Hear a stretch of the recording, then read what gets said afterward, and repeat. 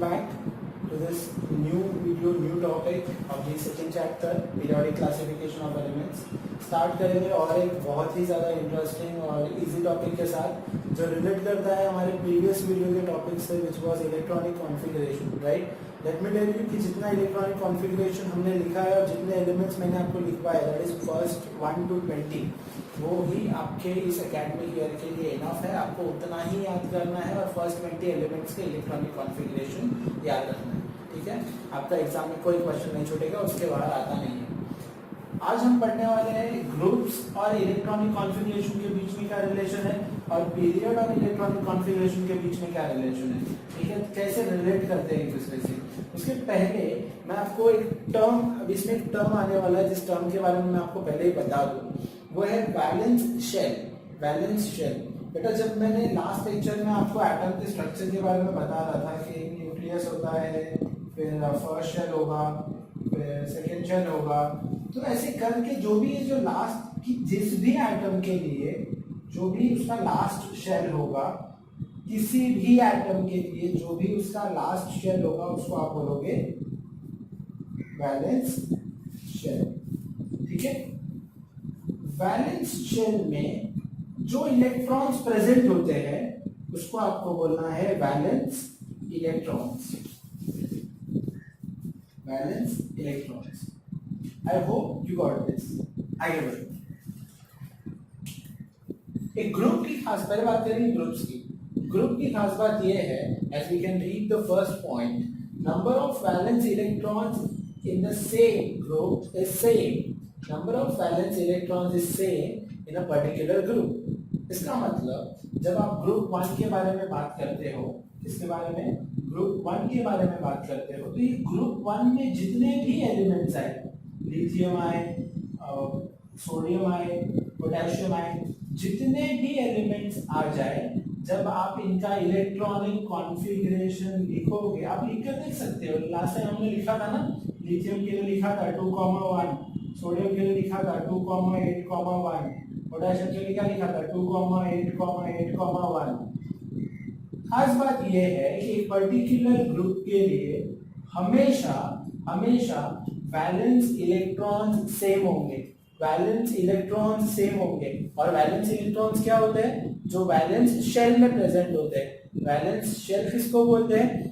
किसी भी एटम का जो सबसे लास्ट शेल होगा उसको हम लोग वैलेंस शेल बोलते हैं। ये लास्ट में आया ना, मतलब ये वैलेंस शेल, ये वैलेंस शेल, ये वैलेंस शेल। वैलेंस शेल में कितना इलेक्ट्रॉन है? एक। तो कितना वैलेंस इलेक्ट्रॉन? 1 valence electron. कितना वैलेंस इलेक्ट्रॉन? 1 valence electron.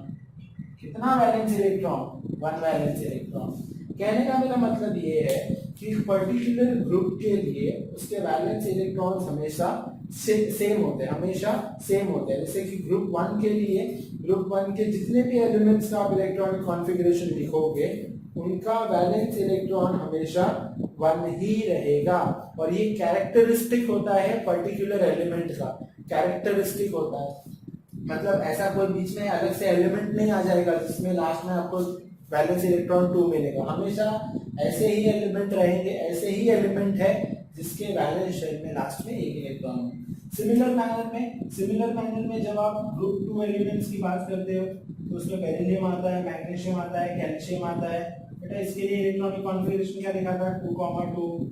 इसके लिए 2,8,2। लास्ट वीडियो देखना, लास्ट वीडियो में सब डिटेल में करवाया है। कैल्शियम के लिए 2,8,8,2।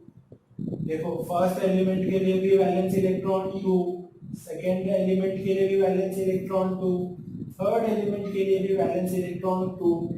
मतलब जो मैंने कहा था वही हो रहा है कि नहीं, कि एक रिस्पेक्टिव, एक पर्टिकुलर ग्रुप के लिए उसके एलिमेंट्स के जो भी वैलेंस इलेक्ट्रॉन होंगे वो सेम होंगे, वो कभी चेंज नहीं होते हैं।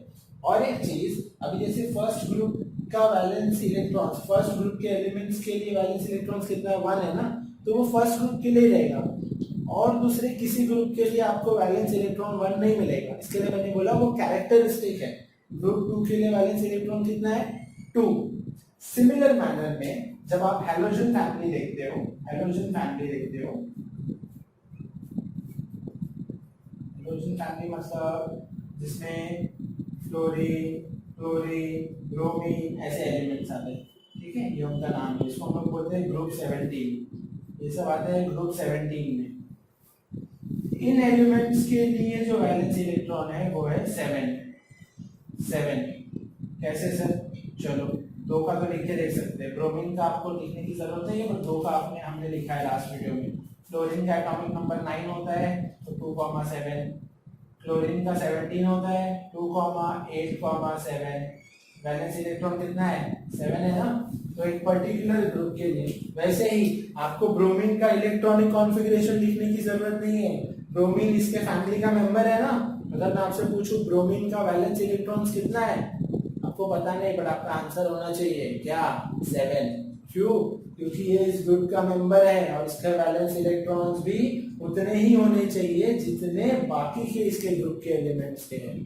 आई होप ये आपको समझ में आया, राइट? ओके, ग्रुप 1 को हम लोग अल्कली मेटल्स भी कहते हैं और ग्रुप 2 को आप अल्कलाइन अर्थ मेटल्स भी कहते हो। ये नाम याद रखना, ये फिल इन द ब्लैंक्स में आते हैं। ग्रुप 1 को अल्कली मेटल्स कहते हैं और ग्रुप 2 को अल्कलाइन अर्थ मेटल्स कहते हैं। Now second point, number of shells are different. Number of shells are different.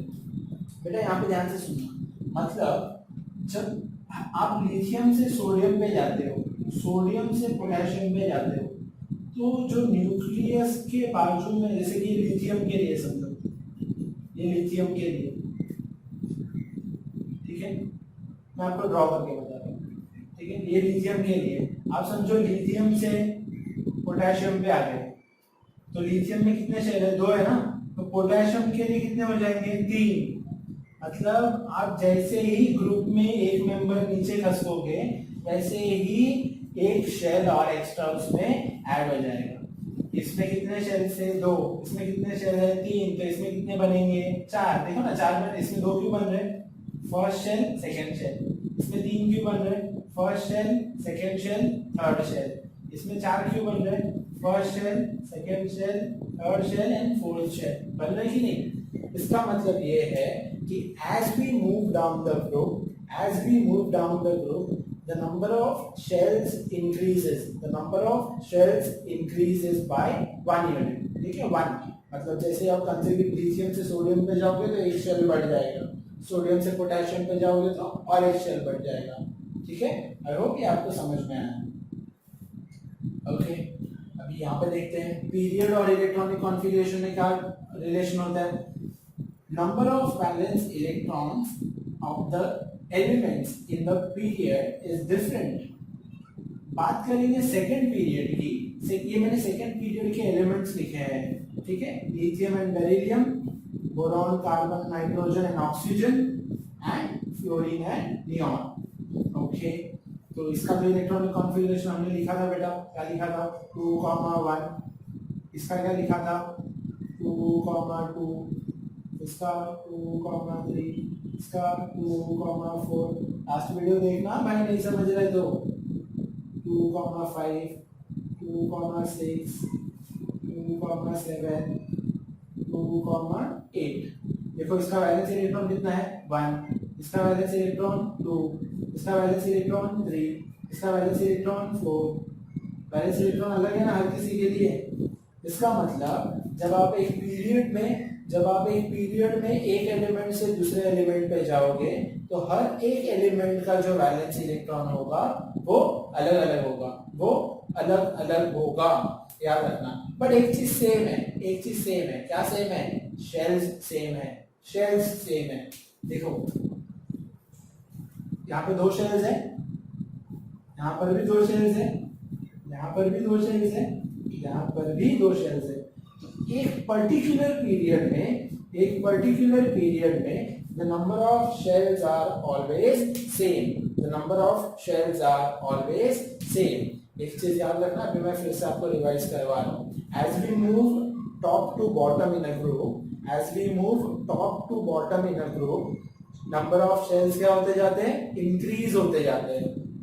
First element के लिए अगर 2 शेल थे तो थर्ड के लिए 3, फोर्थ के लिए 5, मतलब number of shells will go on increasing, right?